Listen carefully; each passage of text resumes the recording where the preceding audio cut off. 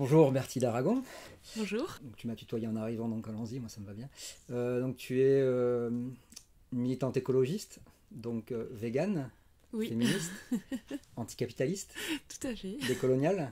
J'essaye. Qu'est-ce que j'oublie dans cette présentation rapide? C'est déjà beaucoup. C'est vrai que je me dis que tu caches un peu, tu coches un peu, pas tu caches, mais tu coches toutes les cases d'une personne qui peut donner des boutons à un militant FNSEA ou à un Pascal Pro. Qu'est-ce que t'en fais? J'espère. Ça t'arrive d'être confronté à cette catégorie de personnes? Pas forcément Pascal Pro, j'espère pour toi, mais genre, typiquement des militants FNSEA ou enfin, des gens un peu... Bah, mes voisins. Ouais, Mais du coup, c'est le dialogue. Enfin, comment dire, je me risque pas trop au dialogue direct. Je crois que je suis pas très bonne pour ça. ok. T'en as pas trouvé qui était un peu plus ouvert et avec qui tu pouvais... Non, c'est pas du tout évident.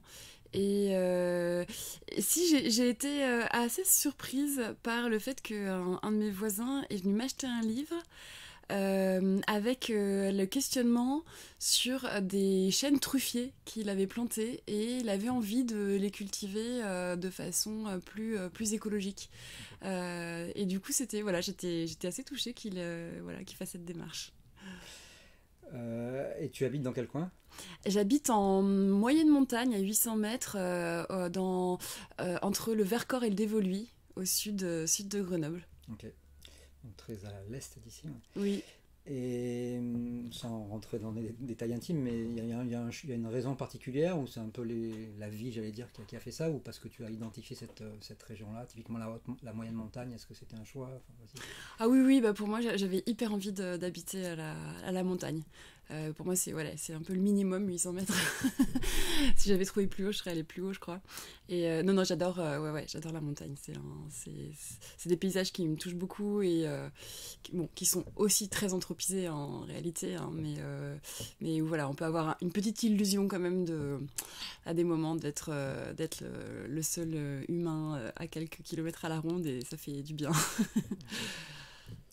Et qu'est-ce qui te... J'ai cru comprendre que tu avais des liens avec ce territoire, c'est-à-dire Najac, la Fouillade et alentour. Qu'est-ce que tu peux nous en dire un petit peu plus? Ah oui, bah pour moi ça a été hyper important. Je suis passée ici il y a une grosse vingtaine d'années et en fait j'ai fait ce qu'on n'appelait pas à l'époque encore du woofing à la ferme du Marigot. Donc j'ai travaillé avec Francis et Laurent et ça a été pour moi un moment vraiment de tournant. Voilà, je suis venue parce que j'avais envie de... J'étais vraiment urbaine, quoi, et j'avais envie de voir comment ça marchait la production de nourriture, enfin de me dire, tiens, je me sens loin de ça et j'ai envie de me sentir plus concernée, en fait. Et donc voilà, j'avais fait cette espèce de stage à la ferme et ça, j'en étais sortie super chamboulée. Enfin, pour moi, ça avait été... à l'époque, je voyageais encore, je faisais encore des voyages en avion et pour moi, ça avait été le plus beau voyage que j'ai fait, quoi, de venir ici. Donc oui, oui, le lien. Et puis après, en fait, voilà, j'ai quand même continué à vivre en ville après ça, mais il me restait vraiment l'envie de quitter la ville et d'avoir un lien avec la production de nourriture, quoi. C'est un truc qui est resté et que j'ai ensuite, voilà, maintenant ça fait 10 ans, plus de 10 ans que je suis en milieu rural et voilà, le fait d'être venu ici, ça a joué pour moi, ouais. Ouais, tout à fait. Et avant ça, donc avant d'arriver au Marigot, tu avais quoi comme formation? Tu avais un métier? Qu'est-ce que tu faisais? Alors, j'étais en fin d'études en fait Ok. quand je suis arrivée au Marigot. Et du coup, moi j'ai fait une école, enfin j'ai fait un truc, je me suis retrouvée en école de commerce, voilà, par la sombre destinée comment dire, de céder aux pressions sociales, familiales et tout. Et puis, mais j'ai jamais vraiment appliqué ça. Et du coup, j'ai travaillé après comme en menant des projets dans le milieu associatif écologique. Voilà. Milieu vélo, pas mal. C'est marrant parce que j'ai écouté il n'y a pas longtemps une fille qui s'appelle Hélène Grosbois, tu connais? Non. Elle a vraiment un parcours assez similaire à toi, elle a écrit un livre aussi. Ok. On n'est pas là pour parler de ça, on parle pour le tien, mais c'est... Est-ce qu'on peut dire que tu étais, parce qu'on emploie aujourd'hui le mot déserteur ou déserteuse, est-ce qu'on peut dire que tu étais une déserteuse avant l'heure? Il y a un peu de ça. En même temps, j'ai jamais... Enfin, en entrant dans cette école de commerce, je ne voulais pas... Enfin, voilà, j'y allais à contre-cœur, en fait. Donc, j'ai pas quelque chose qui s'est retourné où j'aurais été dans le système et j'aurais voulu... Et ensuite, j'en aurais bifurqué. Déjà, je voulais l'utiliser, cette école, pour faire soit de l'humanitaire, soit travailler dans la culture. Mais voilà, petit à petit, je me suis éloignée en tout cas d'un modèle de réussite sociale, ça c'est sûr. Donc il y a quelque chose de l'ordre de la désertion. Ouais. Et donc tu as publié il y a combien de temps Au printemps. Au printemps dernier, un livre, donc on a de la chance de te recevoir déjà dans le coin aussi vite, qui s'appelle donc, qui est titré Jardiner dans les ruines et sous-titré Quel potager dans un monde toxique. Et pour commencer, j'aimerais lire 2 courts passages qui m'ont marqué. Bon, il n'y en a pas, il faut vraiment le lire, mais on n'est plus dans un monde fourmillant, foisonnant, mis à part celui des virus, parfois même envahissant et inquiétant, où un individu détruit serait immédiatement remplacé par une multitude. On est à compter. On en est à compter une mésange par-ci, une abeille par-là, un petit bout de rivière encore frais et presque pur, un vieux tilleul qui s'obstine à vivre en bord de parcelle. On se rend compte qu'il pourrait disparaître pour de bon. Alors ils deviennent plus précieux. Et c'est bien la seule chose positive dans cette foutue période. Ça fait pas beaucoup de positif, non?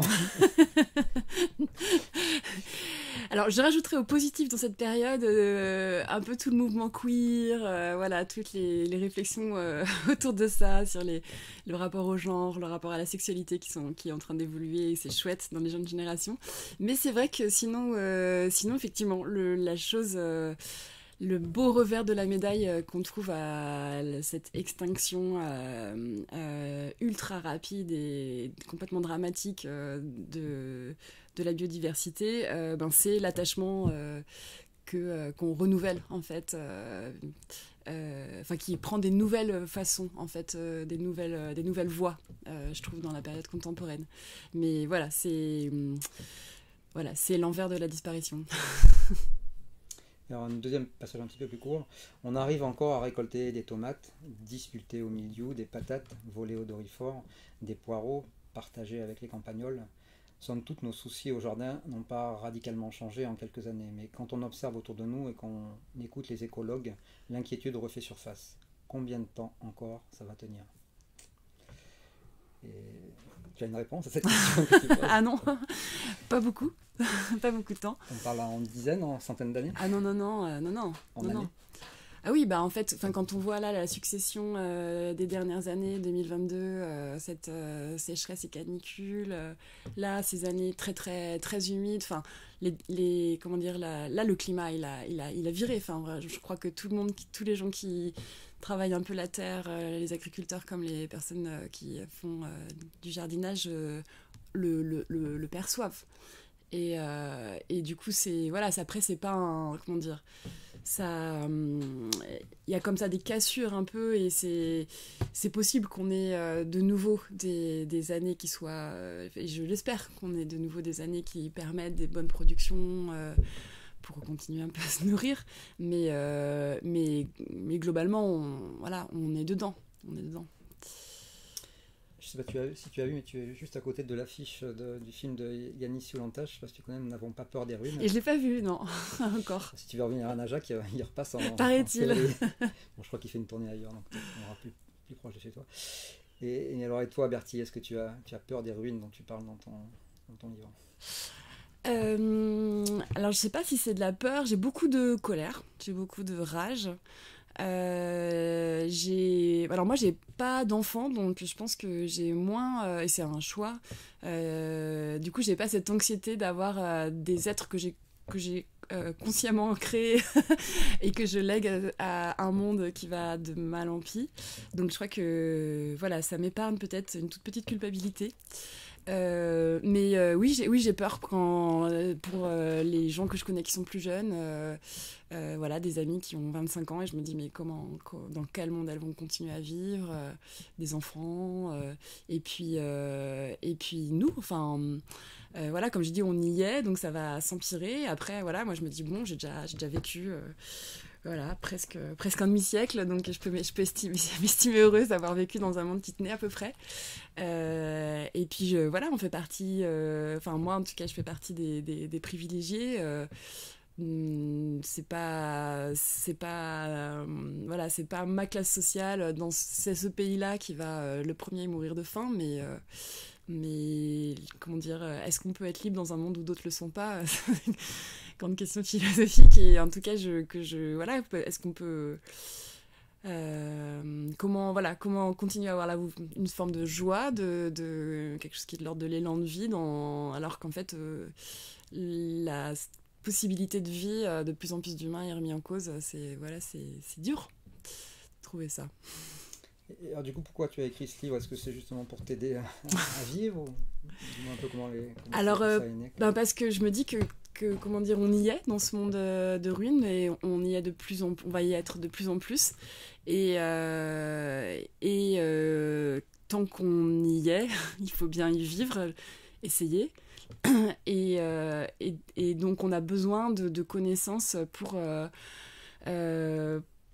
réussir à encore faire pousser de la nourriture dans ces conditions-là. Donc en fait, c'est un livre tristement pragmatique, je dirais. C'est-à-dire, c'est vraiment, évidemment, ce livre, il dénonce aussi plein de causes et d'entreprises et de systèmes contre lesquels il faut lutter de toutes nos forces et continuer. Et c'est la priorité. Mais par ailleurs, on ne peut pas faire abstraction du fait que les ruines existent, et on peut pas se dire, ah, ça c'est les petits pas, voilà, c'est pas politique. C'est peut-être pas politique, mais en fait il faut qu'on mange. Donc voilà, c'est ce constat triste, mais où il faut bien faire avec, en fait. Et voilà, j'ai essayé du coup dans ce livre de manipuler un peu les deux points, faire avec, faire contre, puisqu'ils sont essentiels, en fait, les deux. Donc voilà, non, je l'ai pas. Enfin, comment dire, j'ai écrit ce que j'aurais voulu trouver, c'est-à-dire effectivement des informations sur ce monde tel qu'il est, et pas que le jardinage n'est pas. Enfin, on ne jardine pas dans un monde idéal où nos terres sont dépourvues de polluants. Non, en fait, nos terres, toutes les terres sont polluées plus ou moins, et du coup, il faut bien qu'on arrive à continuer dans ce monde-là. En même temps, moi, ça fait quelques années que je fais du jardinage, et j'ai jamais, à la campagne donc, et je me suis jamais trop préoccupé de ce qu'il y avait dans mon sol. Alors, si, bien sûr, l'azote, les trucs classiques, la potasse, le phosphore, éventuellement les oligoéléments, éventuellement les mycorhizes, des choses comme ça, mais je me suis jamais dit. Alors, si les métaux lourds, je me suis dit des fois, voilà, mais très vite, on est confronté au prix que ça va coûter, quoi, et finalement, ça pousse encore aujourd'hui, quoi. Donc,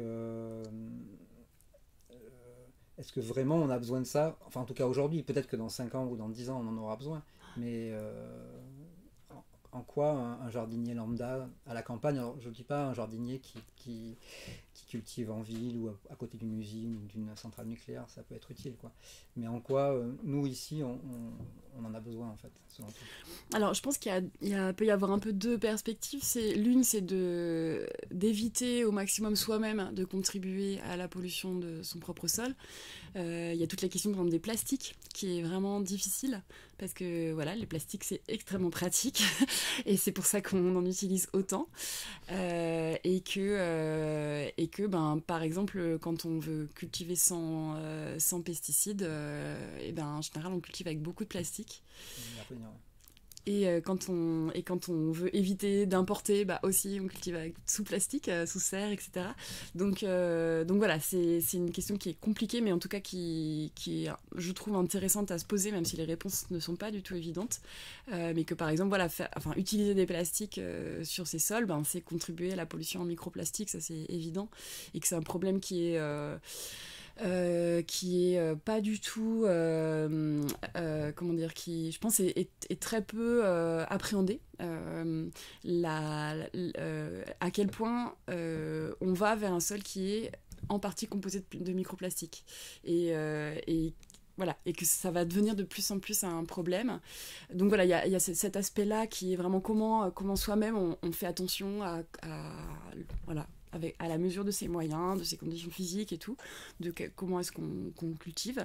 Et puis en milieu rural, il y a quand même des pollutions auxquelles on est spécifiquement confronté, c'est les pesticides.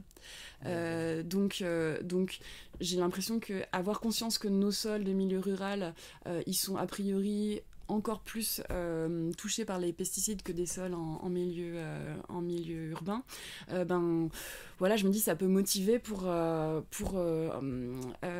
réfléchir au niveau du territoire en fait à comment est-ce que nos voisins voisines produisent et voilà, d'avoir une réflexion vraiment collective à ce sujet et voilà, et c'est pas pour pour charger individuellement les personnes qui font ces choix, parce qu'en fait voilà, elles sont prises dans des systèmes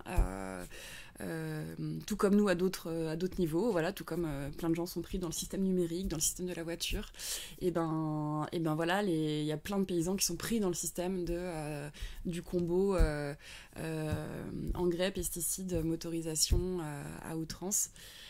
Donc voilà, c'est des systèmes et en fait on s'en sortira pas sans des réponses collectives à ce sujet. Mais du coup voilà, je me dis que ça peut être vraiment une piste pour des personnes en milieu rural de cibler ces polluants-là et d'avoir conscience en fait que ça vient dans nos sols, quoi, et qu'on les mange et qu'on en est malade en fait. Oui, c'est-à-dire que quand je disais tout à l'heure ça pousse, en fait, peut-être que dans 5 ans je me dirais, ou dans moins, quand j'aurai eu un cancer, peut-être que je apprendrai que j'avais des métaux lourds dans mon jardin ou beaucoup de pesticides dans mon jardin. Oui, voilà, c'est-à-dire qu'effectivement, il y a alors dans mon livre, j'ai pas mal axé sur la santé des écosystèmes, enfin voilà, des végétaux, des écosystèmes, parce que c'est une information qui est finalement moins disponible, alors que les informations sur les perturbateurs endocriniens, etc., sur la santé humaine, on peut les trouver dans plein d'autres ouvrages, donc c'est pour ça que j'ai moins insisté là-dessus, mais c'est quand même évidemment présent parce que c'est ce qui aussi nous préoccupe et c'est normal. Mais oui, c'est sûr que qu'aujourd'hui, notamment tout ce qui est perturbateur endocrinien, ça cause vraiment beaucoup de... Là, je parlais, enfin, il y a ça effectivement, mais je pensais juste aux légumes que je mange. Oui, c'est ça, voilà, c'est ça. Oui, ça. Mais parce que les pesticides ont un effet de perturbateur endocrinien, c'est pour ça que je donnais cet élément. Okay.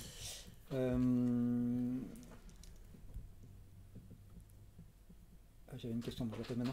Je me suis demandé si tu n'as pas écrit ce livre pour un peu conjurer ton impuissance face au système, une puissance qu'on ressent tous un peu d'ailleurs, quoi. Enfin, est-ce que ça n'a pas relevé de ça un peu pour faire la psychologie peut-être? Oui, c'est sûr que, comment dire, moi, c'est sûr que j'ai un énorme ressenti d'impuissance, c'est évident. Et après, dans les chemins qu'on trouve pour trouver des leviers, c'est voilà, j'essaye plusieurs choses et à un moment écrire ce livre, c'était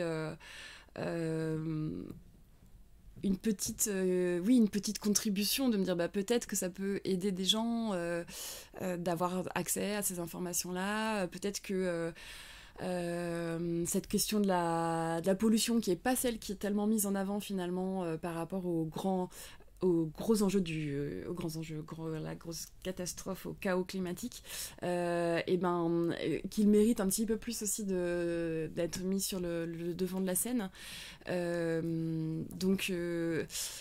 Mais voilà, j'ai jamais, je pense pas du tout qu'écrire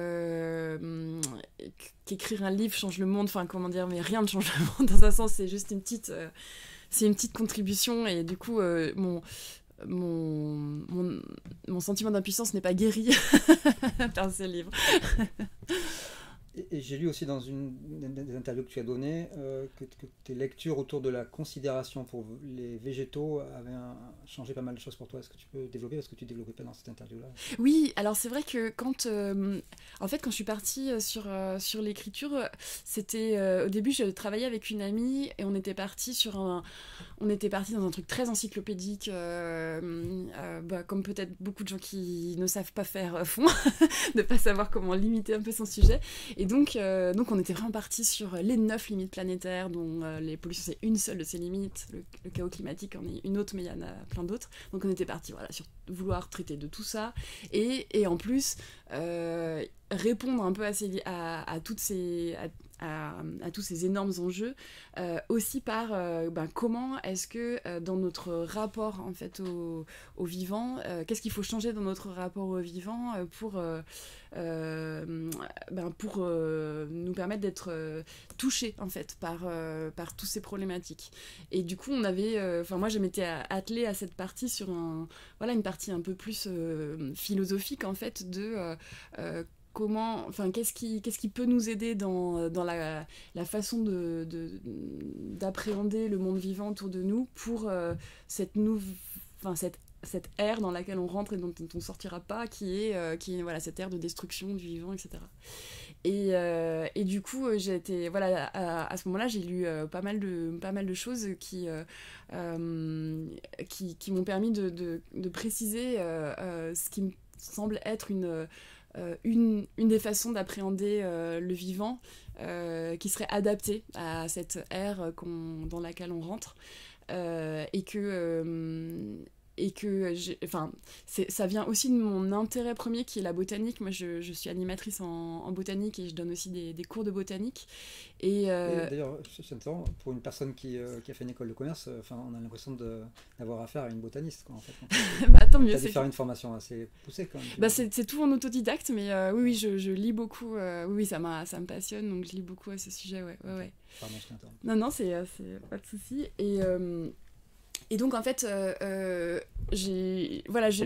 me suis intéressée à cette question de comment on considère en fait le végétal, puisque c'est comme s'il y avait petit à petit, en tout cas au niveau de la philosophie, un peu une extension en fait de à qui on prête attention dans ce monde et à qui on octroie en fait un espèce de droit de vivre, quoi. Et en fait ça s'est fait un peu par cercle qui inclut de plus en plus, on a inclus les femmes, on a inclus les enfants, les esclaves, les noirs, et puis à un moment on s'est posé la question des animaux, et puis maintenant on se pose la question des plantes, et évidemment tout ça est pas sur un même niveau, mais en tout cas c'est intéressant de se poser la question de quel rapport j'ai à la vie et à la mort en fait d'un végétal, et est-ce que c'est uniquement parce qu'il sert à des êtres qui eux-mêmes on dit sentients, c'est-à-dire ont une sensibilité, ont un rapport à la douleur, ont un rapport même à la souffrance psychique, donc tout ce qui est mammifères, poulpes, oiseaux, voilà et puis par extension peut-être une bonne partie des animaux. Mais voilà, est-ce que du coup est-ce que les végétaux n'ont du sens que parce que ils servent à des êtres qui eux expérimentent en fait de la douleur, de l'attachement, etc. Ou alors est-ce que en tant que tel est-ce que le fait même qu'ils soient vivants est un argument suffisant en fait pour leur octroyer de la considération et ne pas les mettre à mort de façon totalement utilitariste en fait. Voilà, donc et moi ça m'a assez passionnée en fait d'évaluer ça. Et après moi j'ai pas du tout un rapport spirituel aux plantes, pas du tout un rapport, on a toujours en fait peut-être un fond de rapport spirituel même sans le vouloir, mais ce que je veux dire c'est que moi je me base beaucoup sur l'état des connaissances scientifiques, et qu'il y a rien qui indique que les plantes souffrent, il y a rien qui indique qu'ils aient une conscience, mais pour moi, ça n'est pas une condition pour ne pas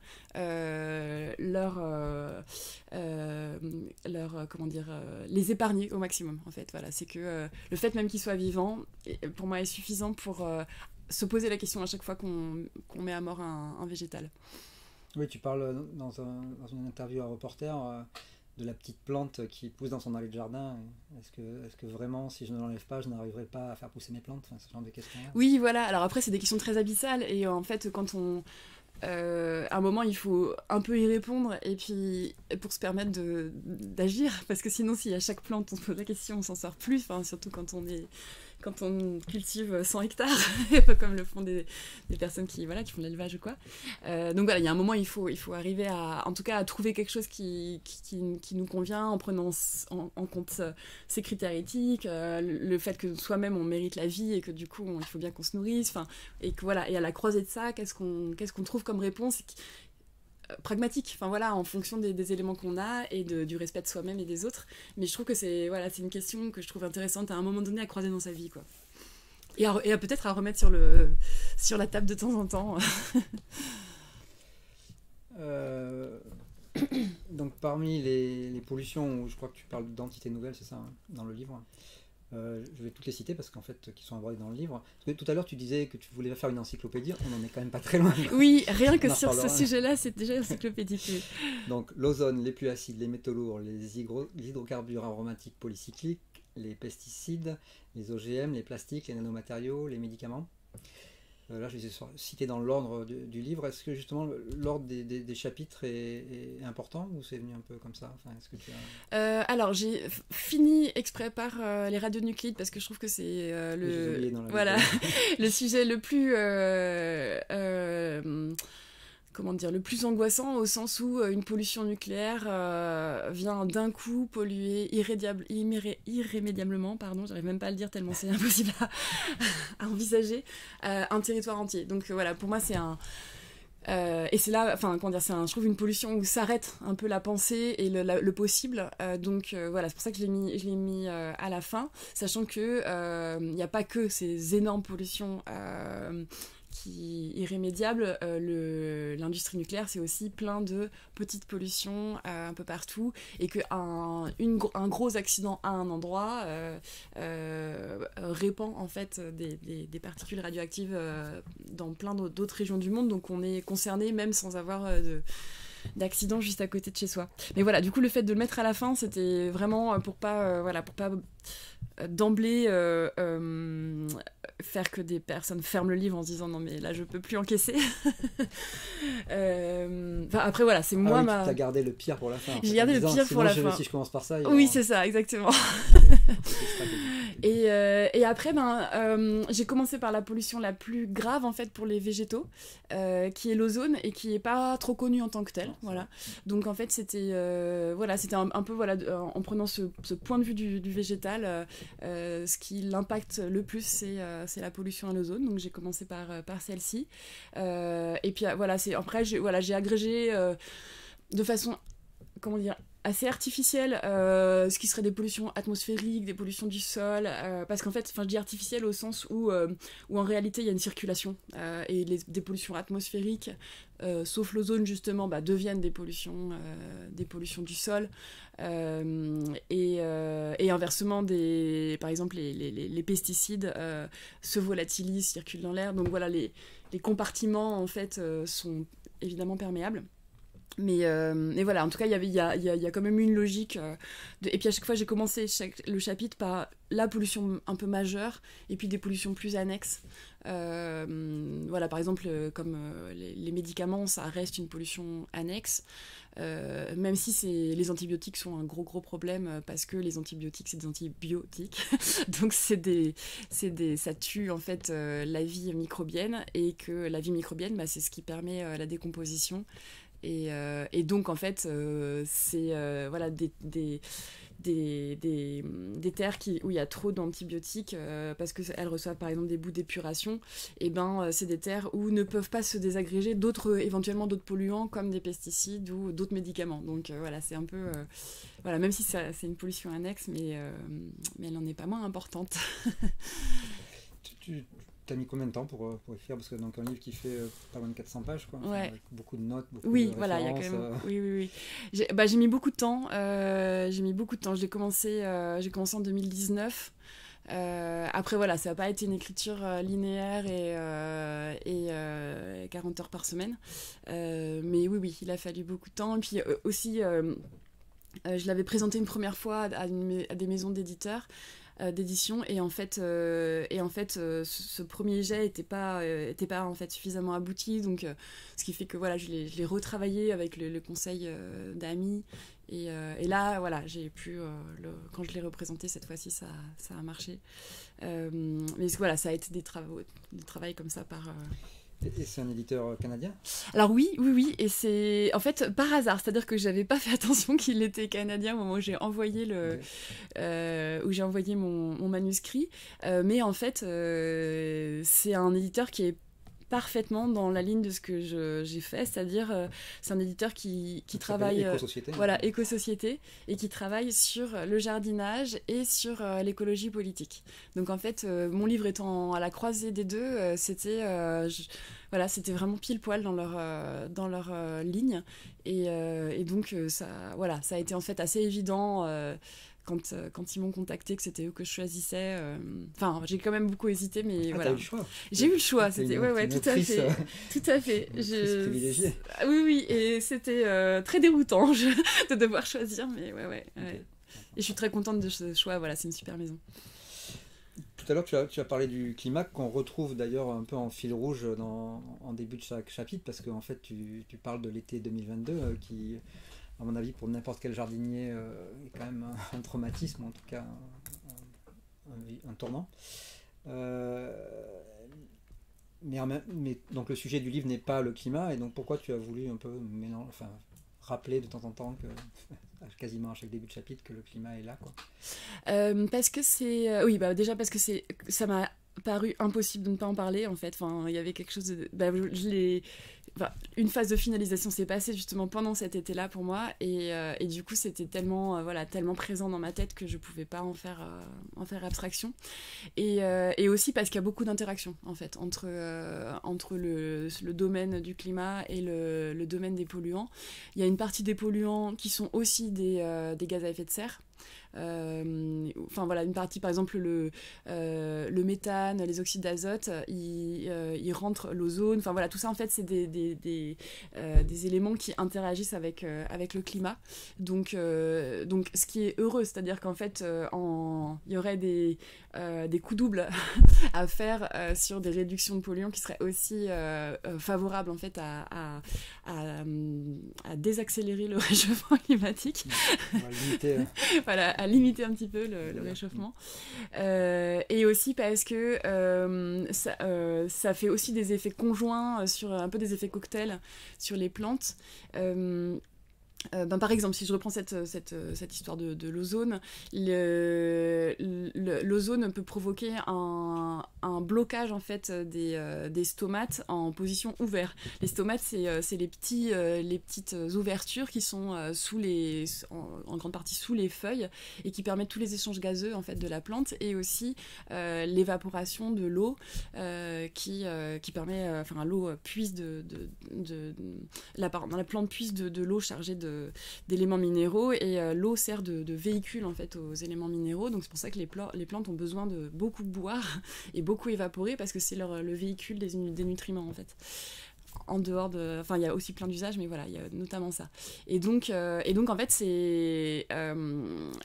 l'ozone peut attaquer en fait les stomates et les empêcher en fait de se refermer, ce qui fait qu'en fait la plante va évaporer, et donc dans une situation de sécheresse, elle va être d'autant plus vulnérable à la sécheresse, parce qu'elle pourra tout simplement pas se refermer pour éviter d'évaporer l'eau qu'elle parvient à boire, quoi.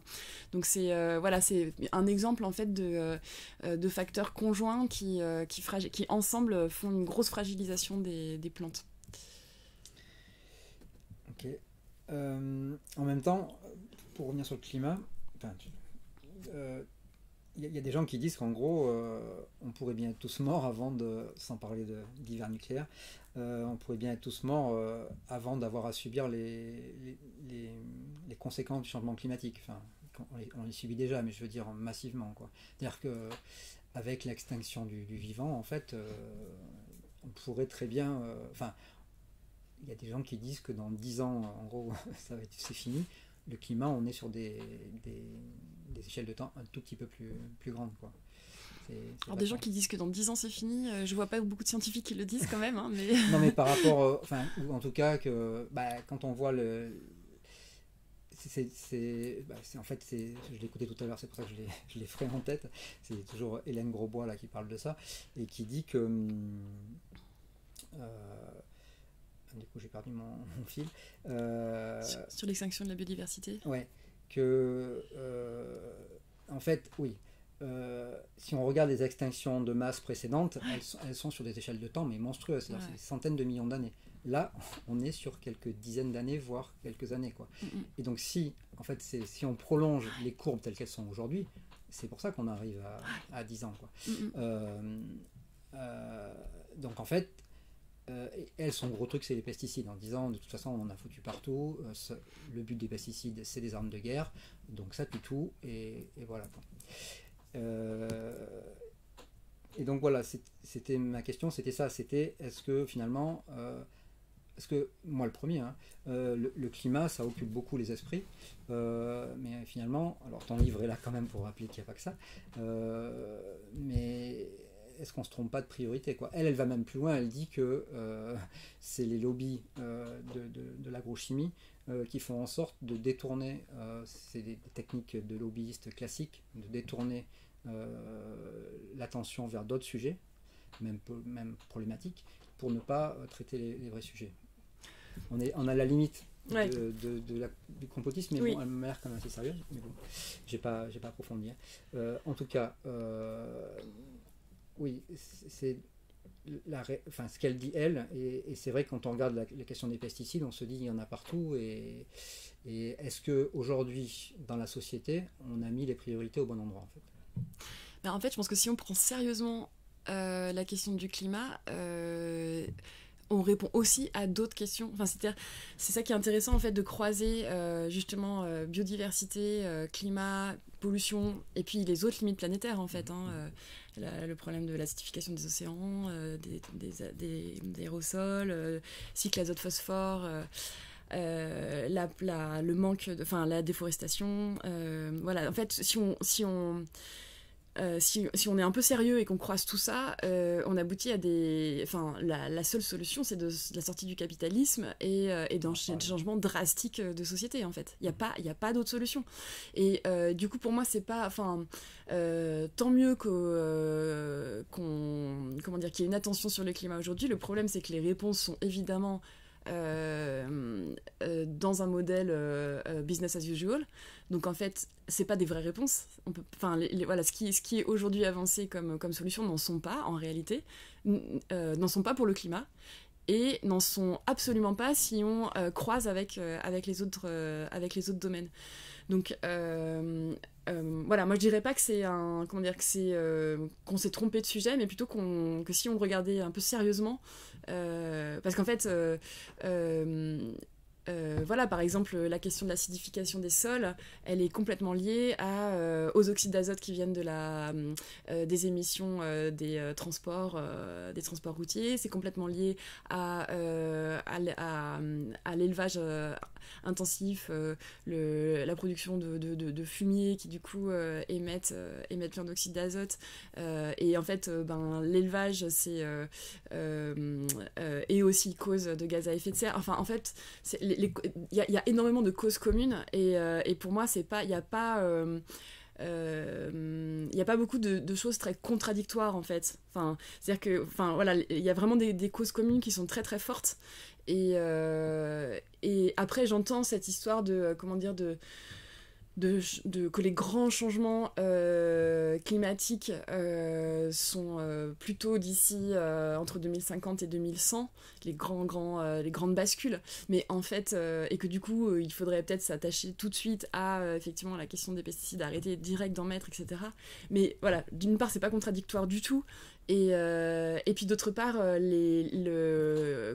comme tu disais, le réchauffement climatique, on commence quand même déjà complètement à en sentir les effets. Enfin, Los Angeles est cramé, on a des villes qui disparaissent sous des crues. Enfin, on peut pas dire qu'on n'y est pas, quoi. Évidemment, les choses vont s'empirer, et en fait, ici en France pour le moment, on ne meurt pas encore massivement. Voilà, on ne meurt pas encore massivement en fait, de la chaleur et de l'impossibilité que le corps transpire. Mais je veux dire, voilà, et ça effectivement, il va falloir attendre un petit peu avant que ça monte, que cette problématique-là monte jusqu'à nos latitudes. Mais en fait, on a déjà d'autres effets très très très très massifs, quoi. Puisque tu parlais de l'élevage, j'ai relevé un passage que je vais lire aussi. La mécanisation, notamment le labour, est régulièrement désignée dans cet ouvrage comme étant une pratique dévastatrice. Alors, je pense que tu dois faire... je ne sais pas si tu parles de ton livre. Oui. Si, j'avais un doute. Donc je reprends. La mécanisation, notamment le labour, est régulièrement désignée dans cet ouvrage comme étant une pratique dévastatrice. Et pour ce qui est du secteur agricole, c'est l'élevage qui engendre des problèmes insurmontables. Il constitue une source majeure d'émissions pour une grande partie des entités nouvelles que l'on va rencontrer ici. Sa responsabilité est aussi engagée concernant les autres grandes catastrophes écologiques. Le manque d'habitat pour la biodiversité, le changement climatique, la trop faible part laissée aux forêts, l'appropriation de l'eau douce, la rupture des cycles de l'azote et du phosphore, etc. Tous ces enjeux convergent vers la nécessité d'une diminution radicale de l'élevage. On va dire que tu y ailles avec le dos de la cuillère. Et je rajouterais, tu es sûr que tu vas dormir ce soir? Oui, c'est ça. Alors, encore une fois, c'est comment dire, c'est pas, et c'est vrai que je l'ai pas assez précisé dans cette façon de le formuler. C'est pas du tout une attaque contre les éleveurs. Et en fait, on en parlait ce matin effectivement à la ferme du Marigot, le fait qu'une fois qu'on est dans un itinéraire technique, dans un choix de telle ou telle production, et ben on a investi dans un outil et la transformation de cet outil, c'est hyper dur de l'envisager parce qu'en fait, il y a plein d'argent qui a été mis dedans, le savoir-faire, on l'a sur certains trucs et pas sur d'autres.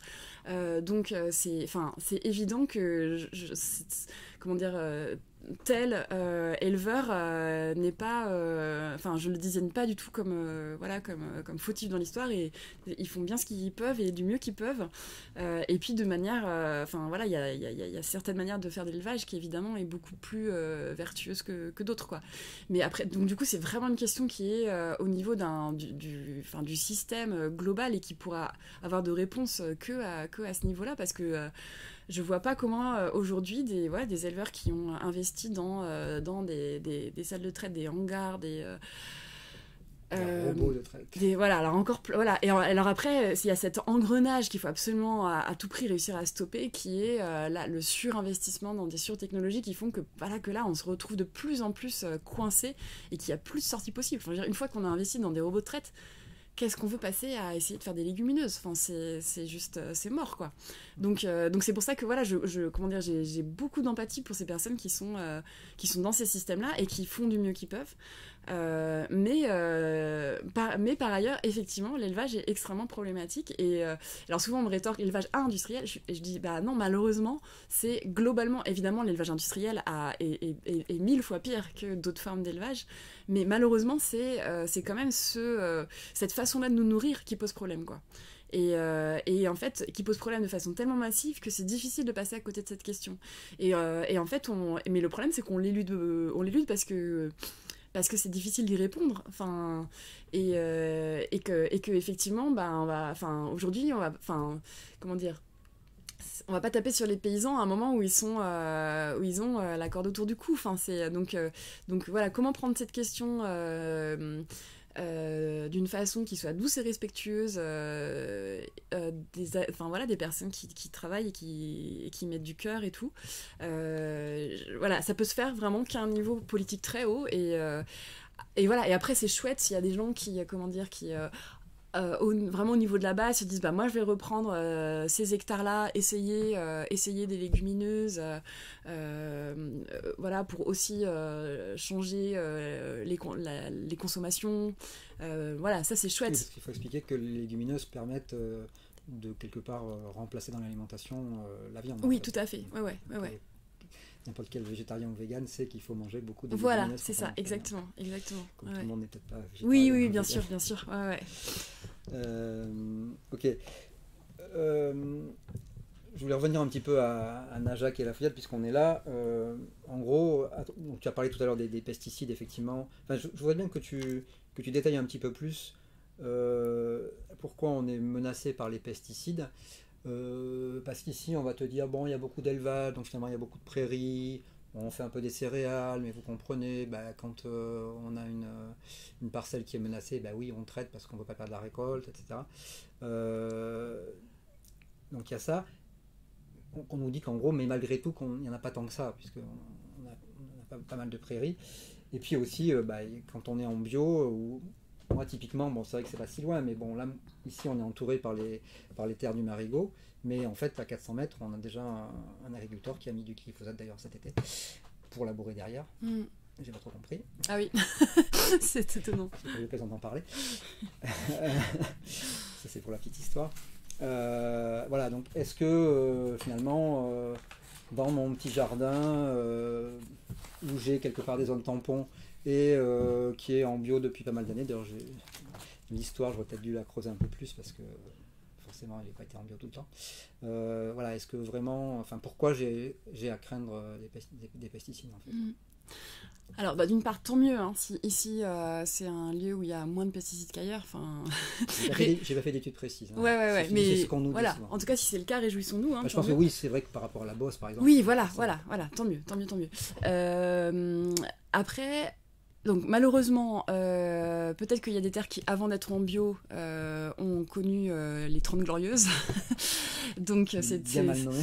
Voilà, les bien mal nommées 30 glorieuses, c'est-à-dire ces années donc de l'après-guerre où en fait il y a eu cet énorme tournant agricole qui a consisté à transférer la valeur depuis le monde paysan vers en fait les industries, les multinationales, des semences, des engrais et des machines et des pesticides. Donc il y a quand même très peu d'endroits qui ont échappé à ça.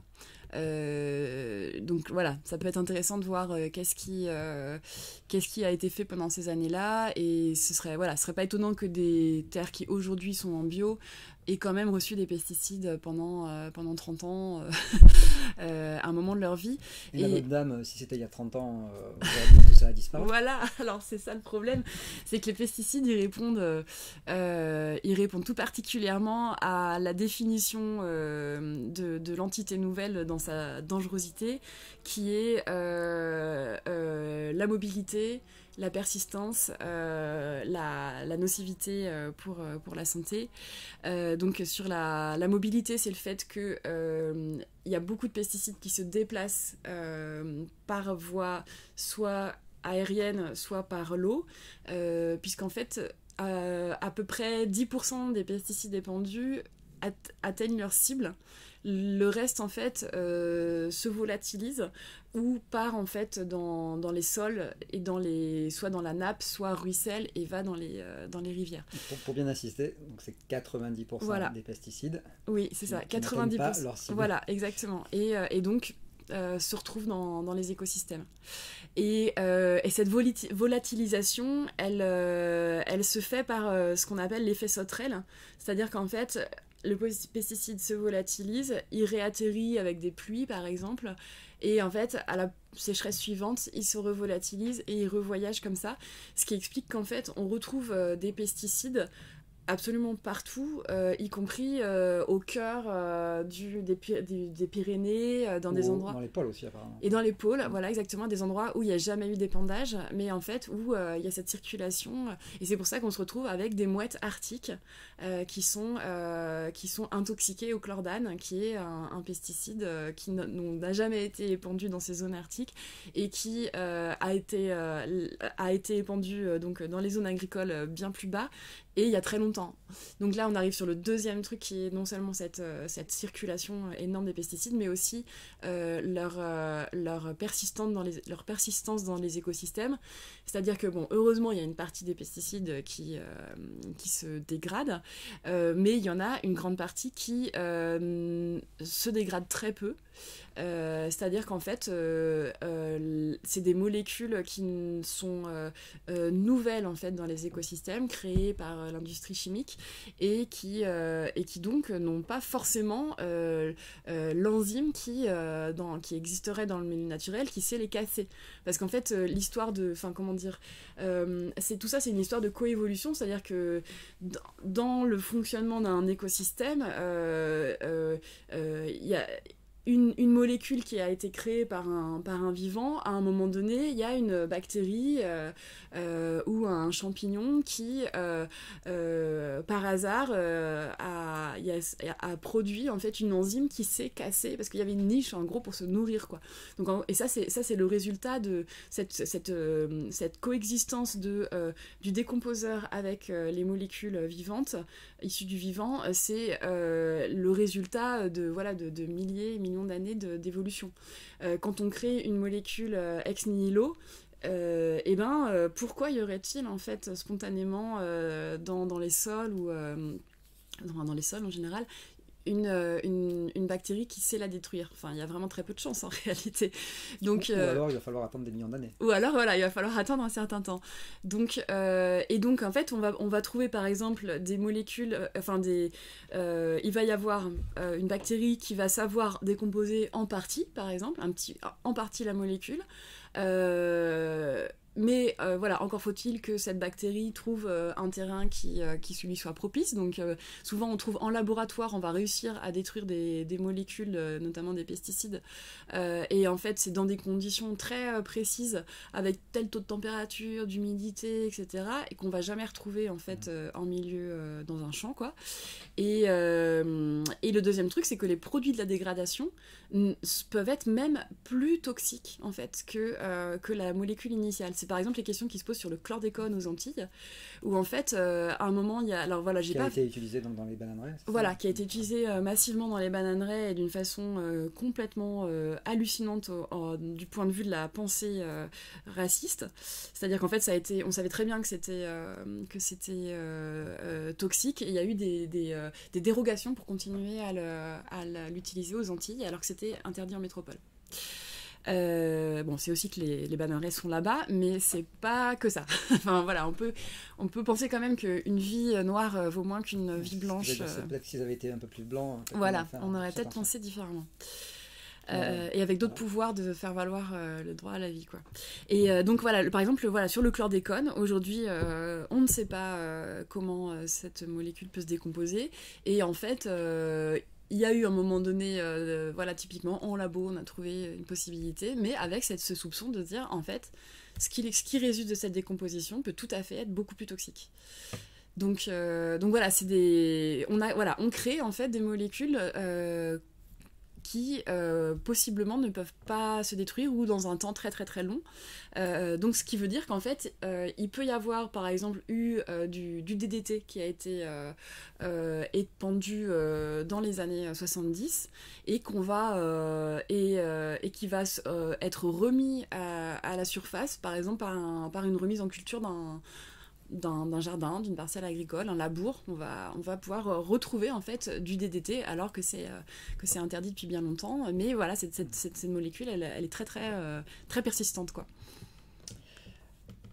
Il y a d'autres intrants à part les pesticides, il y a les engrais, et j'étais assez surpris. Enfin, j'ai appris quelque chose d'apprendre que les engrais pouvaient amener de la radioactivité. Est-ce que tu peux expliquer ça? Ah oui, alors ça c'est ouais tout à fait. Alors c'est qu'en fait dans les couches terrestres où on trouve du phosphate, on trouve aussi du cadmium.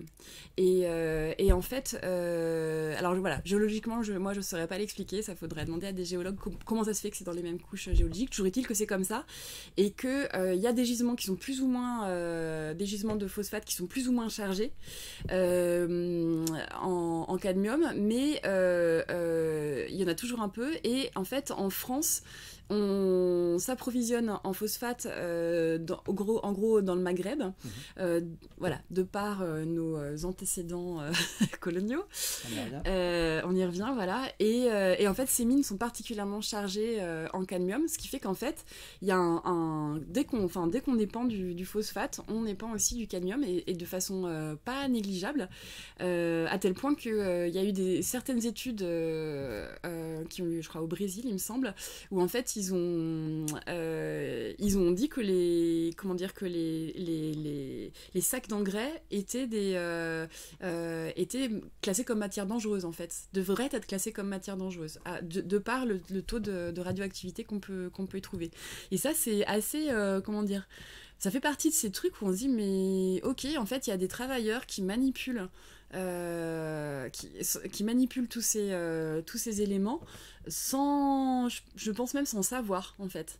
Et en tout cas, sans se protéger, sans qu'on se pose la question, en fait, est-ce qu'il y aurait peut-être pas un suivi qu'il faut faire comme pour les travailleurs du nucléaire, qui évidemment sont beaucoup plus confrontés au nucléaire, mais il y a une espèce de un voile là-dessus. Une fois que c'est épandu, est-ce qu'on a des niveaux de radioactivité qui sont dangereux ou finalement je pense que le risque est plus pour les travailleurs, mais après c'est toujours ce problème que les matières, certaines matières certains radionucléides ont une vie très très longue, et en fait ça veut dire que chaque fois qu'on rajoute des phosphates, on rajoute du cadmium. Et en fait, il y a un effet à la fin de concentration.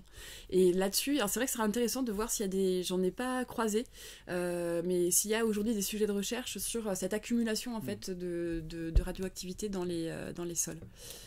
Bon, alors du coup, on met pas d'engrais minéraux, on va mettre du fumier. Mais sauf que dans le fumier, il y a du zinc. Et ça oui. Je l'explique-nous ça. Alors voilà, notamment dans les lisiers, parce qu'il y a beaucoup de compléments alimentaires en fait qui sont donnés aux... Y compris en bio. Voilà, y compris en bio, ouais, tout à fait, y compris en bio, et que donc on donne notamment alors il faudrait demander justement aux éleveurs d'ici par exemple, est-ce qu'ils donnent beaucoup de zinc aux vaches, mais voilà, en tout cas là ce que j'avais trouvé c'était sur les par rapport aux porcs, et on leur donne beaucoup de zinc, et en fait le zinc ça fait partie des oligo-éléments, c'est-à-dire qu'en fait nous aussi on en a besoin, ça peut arriver même qu'on prenne des supplémentations en zinc à des moments, donc les oligo-éléments, ce sont des matières, des éléments qui sont nécessaires à des très faibles doses pour les organismes vivants, et qui par contre, donc si on n'en a pas, on a des problèmes de santé, mais si on en a trop, on a aussi des problèmes de santé. Donc c'est très, très délicat, très subtil, et que justement, là, on se retrouve encore avec ce problème d'accumulation dans les sols, qui est que, si on rajoute du fumier, et en fait, on accumule en fait le zinc dans les sols, et après soit ce zinc il est lessivé et il peut contaminer, être en trop grande quantité dans les milieux aquatiques, soit il s'entasse dans les sols, et il y en a trop pour où en fait il est dangereux pour la faune en fait des sols et les microbes en fait des sols. Oui, parce qu'on pourrait parler aussi de la fameuse bouillie bordelaise que tant de jardiniers utilisent, on a l'impression que sans bouillie bordelaise, ils n'auraient jamais de tomates ni de pommes de terre, quoi. Voilà, et alors sauf que la bouillie bordelaise, c'est à partir de cuivre. Et alors là, on atteint des taux qui sont très très alarmants. C'est-à-dire qu'en fait, effectivement, comme c'est en gros un peu le seul fongicide qu'on utilise en bio, ou que les jardiniers du coup utilisent, il est utilisé de façon assez massive. En tout cas, même s'il est utilisé de façon, tranquille, quoi, en fait, pareil, ça s'accumule dans les sols. Et là, il y a des chercheurs de l'INRAE qui sont très très inquiets sur la quantité de cuivre qu'on finit par accumuler dans les sols, parce que pareil, c'est à des taux qui deviennent forts, ça dézingue en fait les vers de terre, toute la population microbienne des sols. Et oui, là, c'est vraiment là, on arrive à des taux qui sont inquiétants dans les sols. Alors surtout évidemment dans les vignobles. Oui. Et autre pollution qu'on retrouve pas mal dans les jardins aussi, je me suis, après avoir lu ton livre, d'ailleurs c'est le premier chapitre que j'ai lu, je n'ai pas lu forcément de façon linéaire, je suis allé directement sur les plastiques, Et du coup, là récemment, je me suis dit, bon, alors vas-y, essaye de faire la liste. Je crois que j'ai dû oublier de tout ce que tu as dans ton jardin. Donc, j'ai mes tonneaux à eau qui sont en plastique. J'ai évidemment mes arrosoirs, sachant que d'ailleurs, c'est pas durable, ça fuit rapidement. J'ai mes tuyaux d'arrosage, j'ai ma serre, j'ai mes pots pour les semis, j'ai mes plateaux de semis, j'ai ma bâche PDM pour la mare, parce que faire une mare sans bâche PDM, c'est compliqué qu'elle ne fuit pas. J'ai des bâches d'occultation et de plantation. Et j'ai même mes étiquettes pour noter ce que j'ai semé. Il y en a qui utilisent des ficelles pour palisser, souvent des ficelles de botteleuse. J'ai découvert que se désagrège, ouais, ah, ouais. Voilà. Ouais. J'ai le filet de clôture pour mes poules aussi, voilà. Et on se rend compte quand même que ça va être compliqué à... Mais en même temps, j'ai l'impression que c'est quand même un peu moins grave que les pesticides, mais faut-il forcément hiérarchiser tout ça? Mais moi, je me suis dit, ça m'a fait réfléchir, c'était intéressant pour ça. Je me dis, qu'est-ce que je peux supprimer? Mais en fait, à chaque fois que je me dis, ça, je pourrais le supprimer, mais très vite, on tombe sur un problème économique, en fait, parce que effectivement, le plastique, c'est pratique, c'est surtout pas cher, quoi. Ouais, tout à fait. Alors, en fait, alors voilà, comment hiérarchiser, c'est un peu dur, hein. Parce qu'il y a les effets de court terme, les effets de long terme. Donc voilà, c'est difficile de répondre à cette question, de comment hiérarchiser. C'est vrai que les plastiques, ils ont... Excuse-moi, t'entends, du coup, pour être plus direct, est-ce que toi, dans ton jardin, tu arrives à avoir recours à zéro plastique? Non. Non. Alors en fait, si, moi non. Tu as réussi à réduire alors. Voilà. En fait, alors moi j'ai un mini jardin où du coup je mets rien du tout, mais où il n'y a pas beaucoup de trucs qui poussent. Et puis que je peux désherber complètement à la main. C'est pas ça qui me nourrit. Voilà, non, voilà, c'est pas ça qui me nourrit, c'est pas ça qui me nourrit. Et après, je contribue à des jardins maraîchers. Et là, en fait, c'est comment dire, oui, non, c'est hyper difficile de se passer surtout à une échelle maraîchère. Je dirais qu'à une échelle de jardinage. J'ai oublié le P17. Ah oui, le fameux voile de forçage. Ouais, complètement. Je pense qu'à une échelle jardinière, moi j'avais un grand jardin il y a quelques années parce que je vivais dans un collectif, donc c'était une échelle beaucoup plus grande. Et en fait, je réduisais quand même énormément, mais par exemple pas le goutte à goutte. Ça, voilà, je trouve ça quand même... Puis ça fait des économies d'eau par ailleurs. Enfin, il y a ça aussi, c'est qu'en fait, il y a des arbitrages. En fait. Voilà, il y a des arbitrages à faire. Et pareil, par exemple, par rapport au dorifort, voiler les patates, ça marche quand même très bien. Et sinon, ça peut être vraiment l'enfer, les dorifors, par exemple. Alors, il faut les enlever à la main, mais c'est beaucoup de travail. Voilà, c'est ça. Enfin, voilà, moi, j'ai fait beaucoup d'enlever les dorifors à la main, mais les rotations aussi.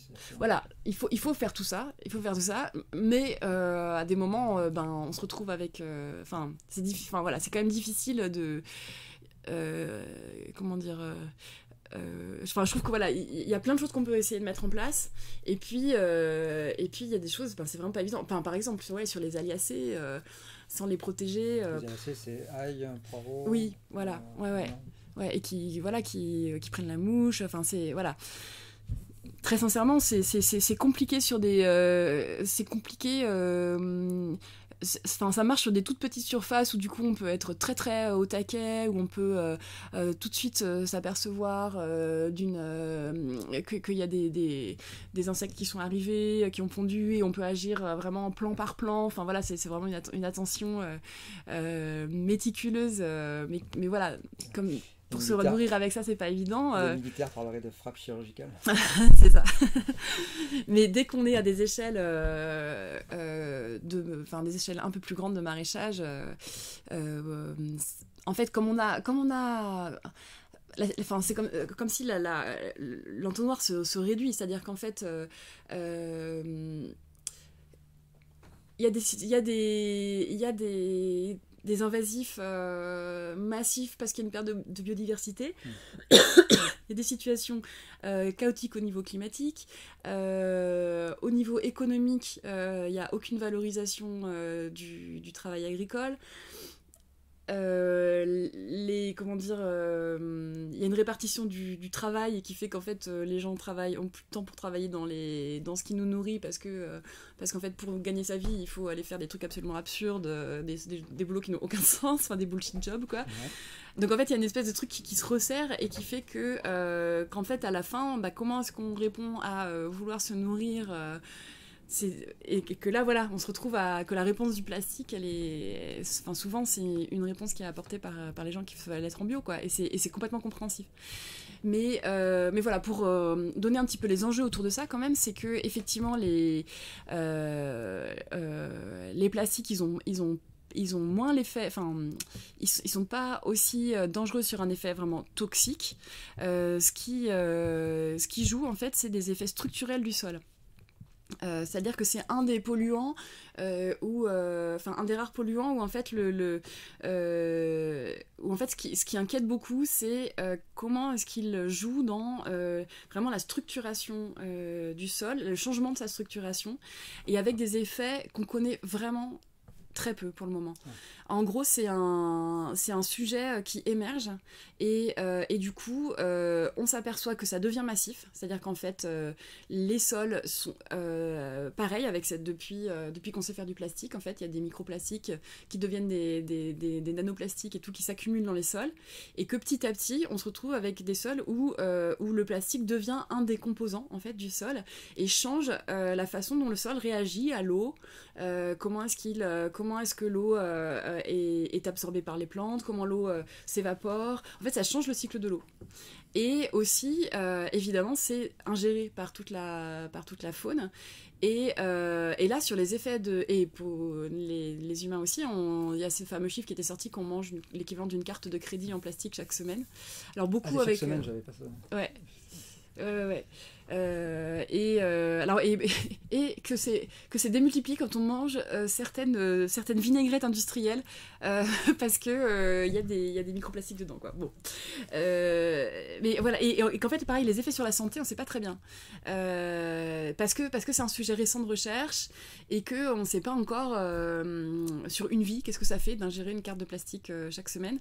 Voilà, donc en fait il y a je pense que c'est un sujet où malheureusement ça va faire partie des trucs où on va comprendre les effets d'ici peut-être quelques dizaines d'années, à un moment où là, ça se sera encore empiré en fait, la quantité de plastique dans les corps et dans les sols et dans les corps quoi. Okay. Donc voilà, c'est sûr que ça paraît moins il n'y a pas cet effet toxique en fait qui fait très très peur avec plein d'autres polluants, mais c'est quand même questionnant ce changement vraiment du cycle de l'eau. Voilà, quand on dit que ça influence sur le cycle de l'eau, c'est pas grave, on construira des bassines elles-mêmes en plastique. Voilà, c'est ça exactement. Donc on parlait tout à l'heure d'avoir l'histoire finalement des sols, même si effet sauterelle, tout ça fait que de toute façon on en récupère d'ailleurs. Mais en fait, est-ce que tu connais beaucoup de jardiniers ou de maraîchers qui testent leur sol et qui vont assez loin dans les tests? De ce que j'en sais, ça coûte très cher, je n'ai même pas essayé. Mais est-ce que tu connais des gens qui font ça pour voir en gros qu'est-ce qu'ils ont comme métaux lourds, qu'est-ce qu'ils ont comme taux de pesticides, etc. Mais ça chiffre en quoi? En centaines, en milliers d'euros, des tests comme ça? Alors en fait, il y a des tests qui se font très facilement et qui sont pas très chers, qui sont moins de 100 euros sur les métaux lourds. Ça, c'est vraiment les tests qui se font facilement. Moins de 100 euros, ah oui, c'est beaucoup de le faire. Ouais, Tout le monde devrait le faire. En fait. Bah en fait, moi, je pense qu'il faudrait que ce soit financé par le public. Mais oui, voilà, sur les métaux lourds, ça se fait plutôt bien. On dit tous les métaux lourds ou on cible les métaux lourds qu'on veut tester? Je pense qu'on peut demander sur tous les métaux lourds. Les plus courants, les plus graves quoi. Moi, je crois que je vais le faire. Oui, bah ça peut être intéressant, d'autant que par exemple selon les métaux lourds, on peut après adapter ses cultures. C'est-à-dire qu'en fait, c'est pas, ça va pas vouloir forcément dire ok, j'ai un taux de plomb qui est légèrement au-dessus de la norme, je laisse tomber, je ferme ce jardin et j'achète j'achète mes légumes au supermarché. Non, ce serait un peu dommage. Ça peut donner des informations sur quelle culture privilégiée dans un jardin. Donc je pense que ça peut être... C'est là qu'il faut acheter ton livre. Voilà. Comme ton voisin. Voilà. Et alors sachant que mon livre donne des pistes, mais que après j'ai pas pu creuser sur chacun des métaux lourds, pour toutes les cultures. Enfin voilà, c'est le début un peu d'une enquête. Hein. Alors voilà, ça, donc sur les métaux lourds, il y a quand même des choses qui sont pas trop chères et faisables. Après, sur tous les autres polluants, c'est plus compliqué. C'est beaucoup plus compliqué parce que, par exemple, les PFAS, qui sont les polluants éternels. Voilà, ce qu'on appelle les polluants éternels, et donc qui commencent à... Voilà, c'est pareil, c'est un polluant émergent au sens où ça fait des années qu'il est produit, mais on connaît sa toxicité et l'étendue des surfaces que ça touche depuis pas très longtemps. Et en fait, par exemple, les PFAS, c'est une famille. Il y a des centaines de PFAS. Donc en fait, par exemple, même si on teste les PFAS, on va tester en fait un ou deux PFAS où on sait que, on sait qu'il y a des chances qu'il y en ait, enfin des chances, une probabilité, voilà, c'est ça, et que peut-être s'il y a ce PFAS, on sait qu'il y en aura d'autres qui sont associés parce que ça, enfin, ils vont ensemble dans le fait de les émettre. Et pareil, enfin les pesticides, il y en a plein.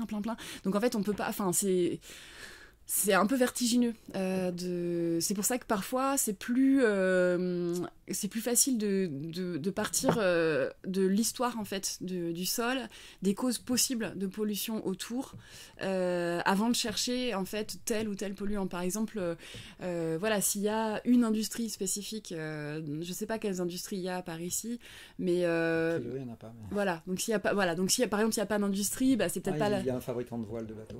D'accord. Ce qu'il utilise comme produit, mais oui, c'est des voiles composites. Donc, oui, ouais, voilà. Ouais. Parfois, c'est plus facile dans ce sens-là, plutôt que de chercher absolument tous les polluants dans un sol, parce que c'est tellement immense. Et en fait, comme tu le dis, hein, y a un problème de coût derrière, et donc moi je pense que ça fait vraiment partie des revendications qu'il va falloir porter dans les temps qui viennent sur qui prend ça en charge. Voilà, il faut une prise en charge publique, et derrière il faut que ce soit les industries qui payent en fait. Donc voilà, donc il y a un vrai problème à ce sujet-là. Ça tombe bien, on est dans des périodes budgétaires fast. Ou en tout cas qu'on ne nous dit pas fast. Je me demandais par rapport au titre du livre, je me demandais si le titre était bien choisi, jardiner dans les ruines, quel potager. Alors qu'en fait, le problème évidemment, il n'est pas cantonné au jardin et au potager. D'ailleurs, tu évoques assez régulièrement les grandes cultures, mais pourquoi tu as fait le choix finalement de parler des jardins et des potagers et pas de tous les sols cultivés en fait, quoi. Parce qu'il y a beaucoup de gens qui font du jardin potager. C'est une activité assez... Peut-être un chiffre d'ailleurs, je voulais chercher, je ne l'ai pas fait. Je sais plus, je l'ai plus en tête là.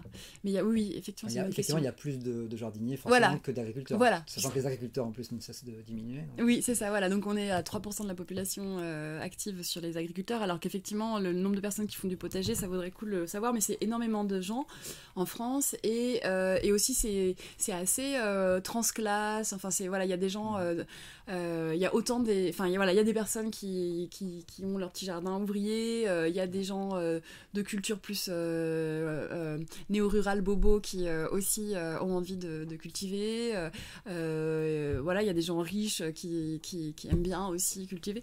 Donc en fait, ça déjà, je trouve ça intéressant de se dire, ok, peut-être que du coup, en parlant des potagers, on peut toucher des gens un peu divers, y compris de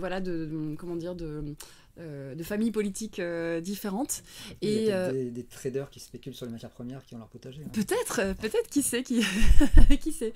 Et que du coup, qu'en prenant sous cet angle-là du potager et de quelque chose qui peut concerner plein de gens, aussi parce que les pollutions c'est la santé, donc ça peut de se dire zut, peut-être que je cultive un truc et qu'en fait je suis en train de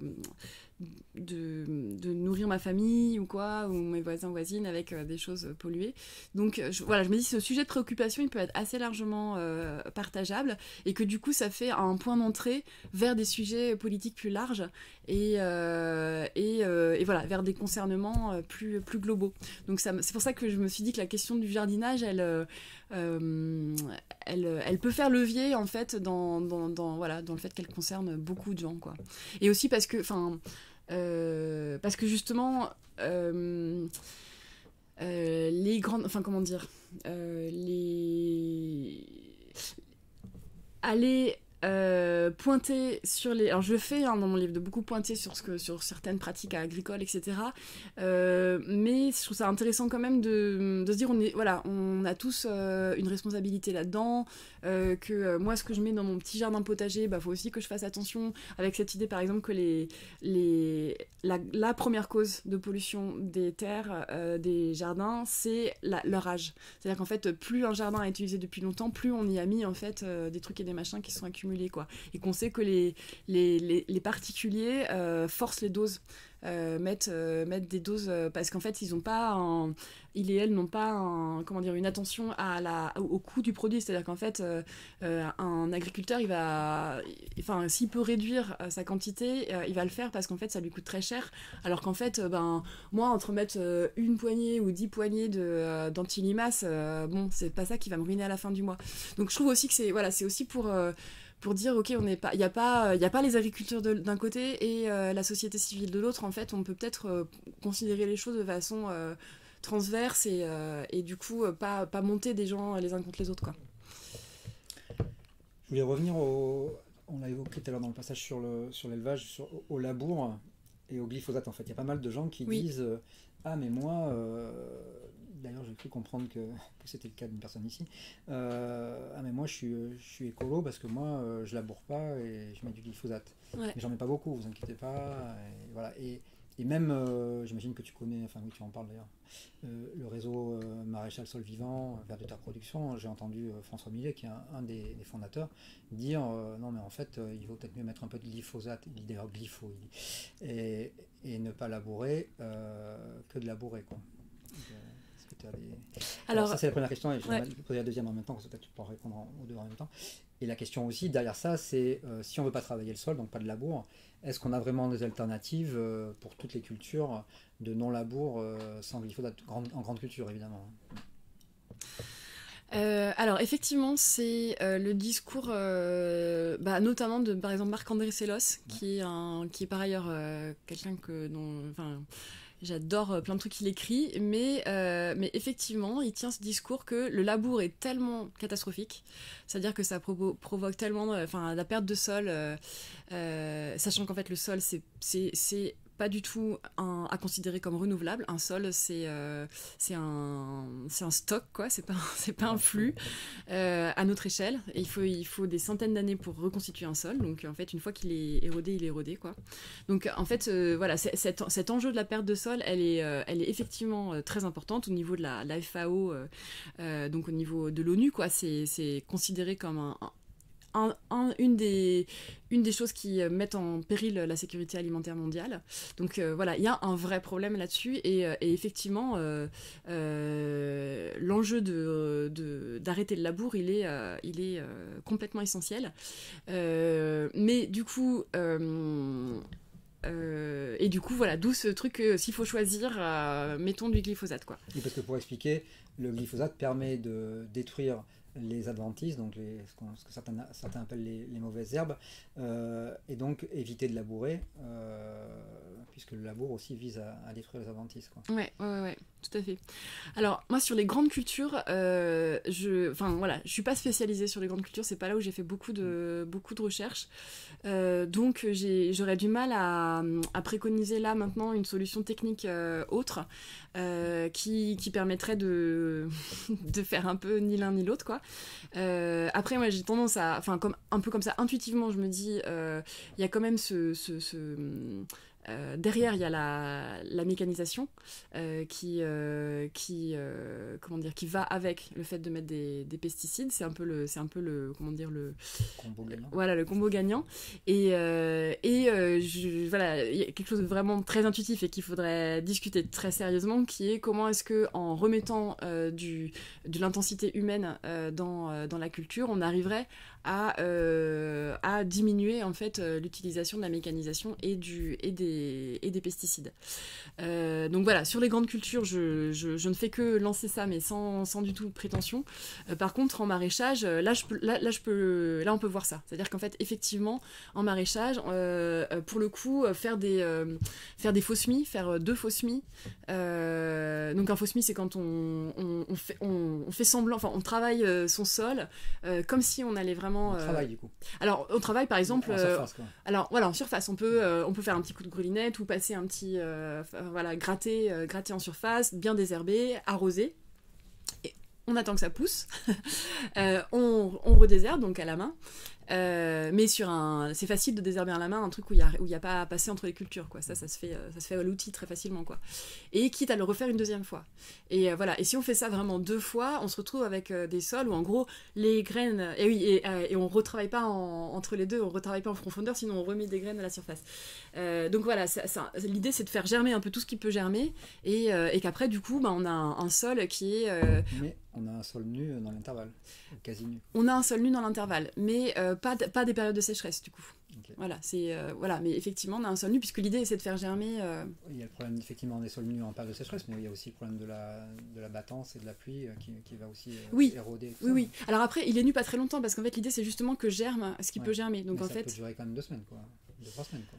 Si on fait 2 fois, on est sur des 2 semaines minimum. Oui, c'est ça, mais assez rapidement, il y a quand même un petit peu d'herbe qui... Oui, mais voilà, bon, effectivement, mais alors ce qui est intéressant, c'est de se dire, on n'arrive jamais à une solution parfaite. Enfin, ça, c'est, On se demande comment ils faisaient avant pour se nourrir, quoi. Ah bah, il y avait moins d'humains, oui. Quand même. Hein. Il y avait moins d'humains et surtout, ils travaillaient plus, quoi. Et ils travaillaient beaucoup plus, ouais, c'est ça, tout à fait. Ils n'allaient pas en vacances, ils passaient pas leur temps à regarder des séries, comme... Ouais. Plus dedans, hein. Oui, c'est sûr. Okay. Voilà, donc, par exemple il y a cette histoire de fausse mie mais qui, voilà, comme tu dis hein, c'est pas complètement après il y a effectivement le paillage hein, qui est quand même mais pareil qu'on peut gérer sur des surfaces de maraîchage.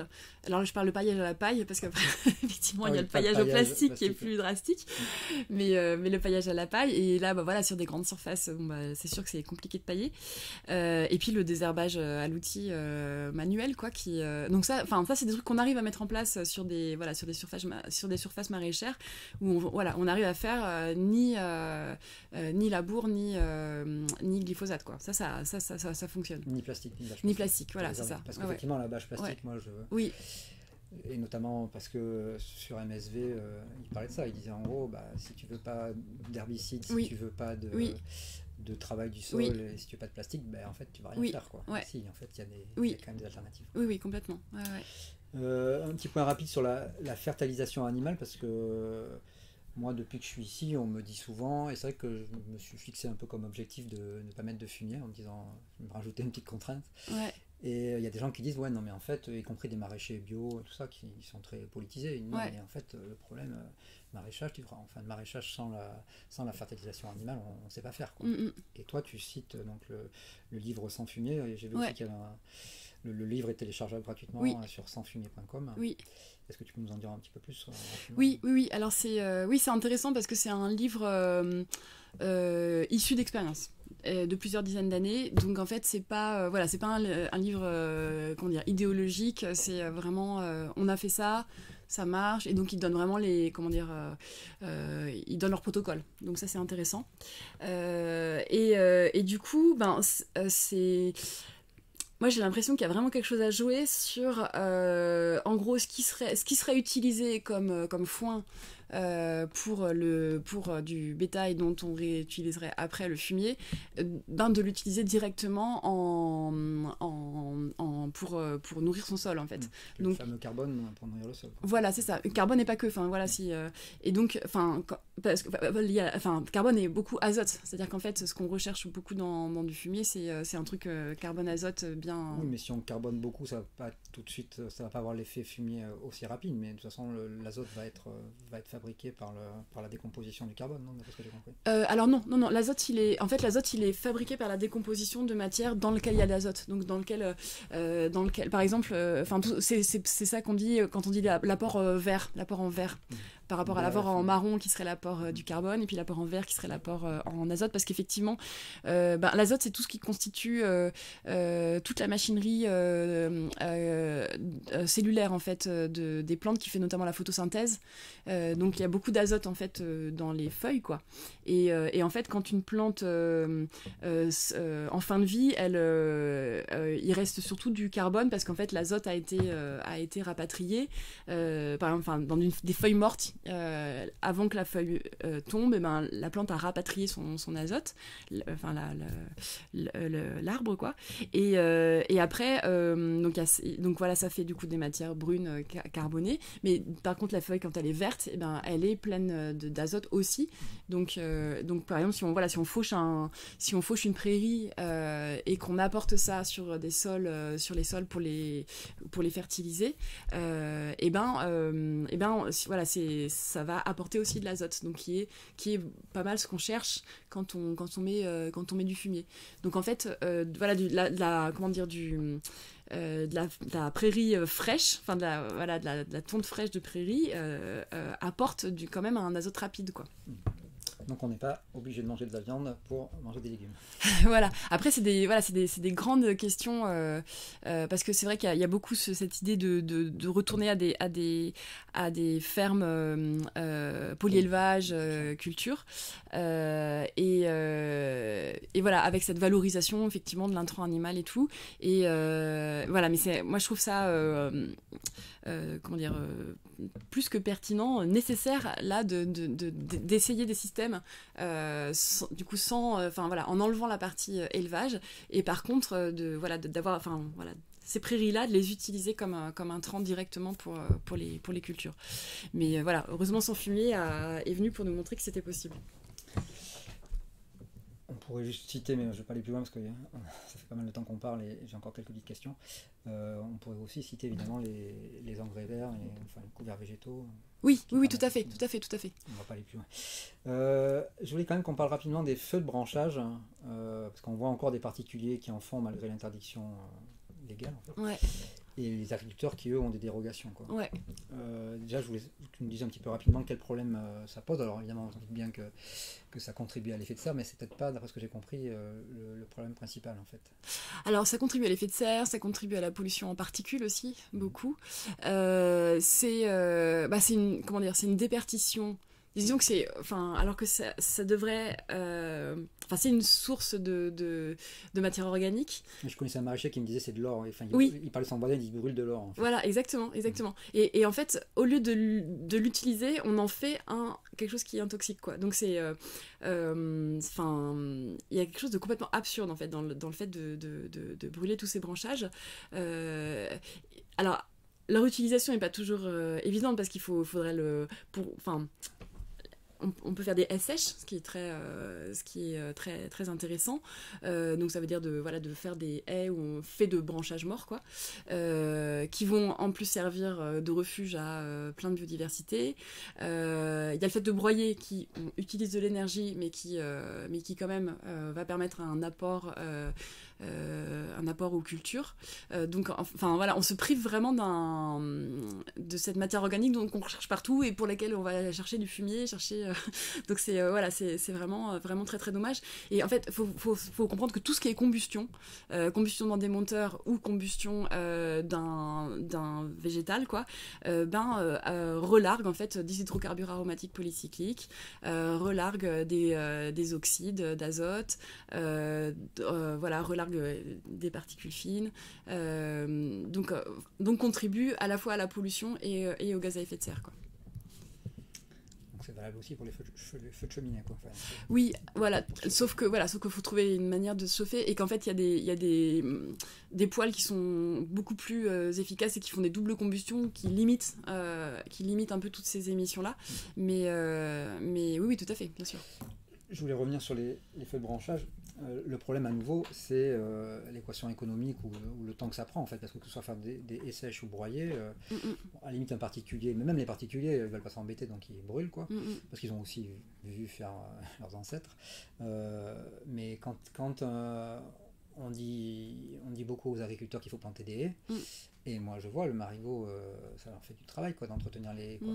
Et si en plus il faut broyer, voilà, et en plus broyer, quand on voit le temps que ça prend et ce qu'on récupère à la fin d'une journée de broyage, c'est pas... Et donc du coup, je me dis là aussi à nouveau une équation difficile, quoi. Oui, tout à fait. Ça se retrouve avec cette idée d'intensité humaine et de comment est-ce qu'on valorise le travail de l'agriculteur et combien d'argent on met dans la production de nourriture par rapport production de tous nos biens qui ne sont absolument pas nécessaires. Enfin, c'est vraiment des choix de société où effectivement ça nous dépasse beaucoup et c'est... Voilà, on n'arrête pas de faire ces allers-retours entre comment est-ce qu'on se permet d'essayer de changer des pratiques à un niveau très local et en même temps ça vient s'insérer dans des systèmes où c'est difficile d'en sortir. Ouais, c'est sûr. Peut-être d'aller de proposer à son voisin, vas-y, brûle pas, je m'en charge. je vais utiliser tes branchages. Je l'ai fait des fois, ça, mais une fois ou deux. Ouais. Mais bon, ça reste. Oui, bien sûr. Ouais. Je voulais que c'est un tout autre sujet, enfin tout ça est bien évidemment lié, mais je voulais que tu nous parles un peu de Fatima Ouassak, qui n'est pas forcément quelqu'un de très connu, mais qui gagnerait à l'être. Peut-être. Si tu veux nous en dire quelques mots, parce que tu la cites une fois ou deux dans le livre. Oui, tout à fait. C'est une personne qui habite et vient d'un quartier populaire et qui a amené la question de l'écologie par la question de la nourriture dans les cantines. Donc ça a été ça au début, c'est ça qu'il a mis en politique en fait, c'était la question de diminuer la viande dans les cantines. Sachant qu'en fait, le fait de faire des cantines végétariennes, ça répond à la fois à des enjeux écologiques et puis à des enjeux d'inclusivité par rapport à des enfants qui ont des prescriptions religieuses qui font que qu'ils ne peuvent pas manger telle ou telle viande. Et en fait, elle a été vraiment horrifiée de voir à quel point elle était ramenée à des questions uniquement religieuses et que du coup, sa revendication était perçue comme communautariste, intégriste, etc. Et que elle, en tant que femme racisée, elle n'avait pas le droit d'avoir une parole qui serait écologique. Enfin, elle était disqualifiée d'emblée en fait. Et donc elle a monté vraiment un réseau de mères pour demander la qualité des repas dans les cantines, d'avoir du bio, d'avoir du... J'ai un doute, c'est le front de mer. Oui, c'est ça. Voilà, c'est ça. Ouais. Donc mer, MERES. Voilà, c'est ça. Et en disant, en fait, les mères sont des actrices politiques parce que elles ont socialement dans nos sociétés, elles ont beaucoup comme charge mentale, comme souci en fait la question de l'alimentation de leurs enfants. Et donc voilà, elle s'est battue pour obtenir le bio, le végétarien dans les cantines.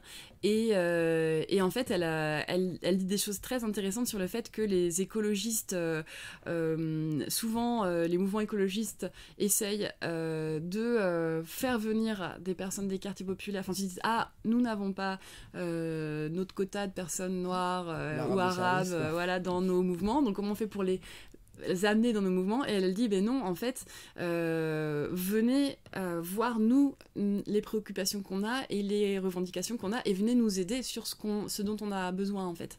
Et voilà, du coup c'est une approche qui est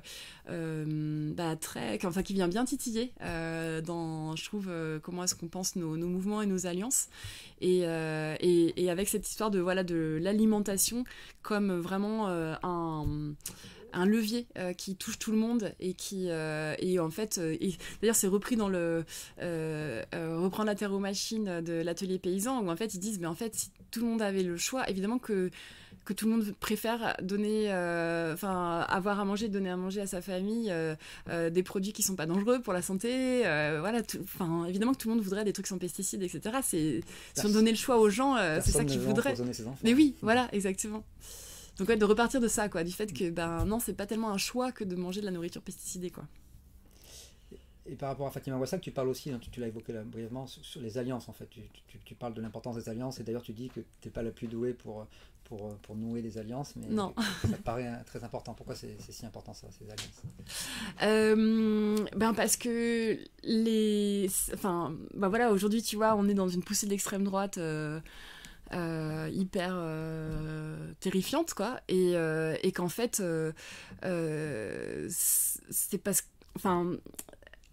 je pense qu'un des trucs qui explique ça, c'est il y a des intérêts communs qui ne sont pas travaillés.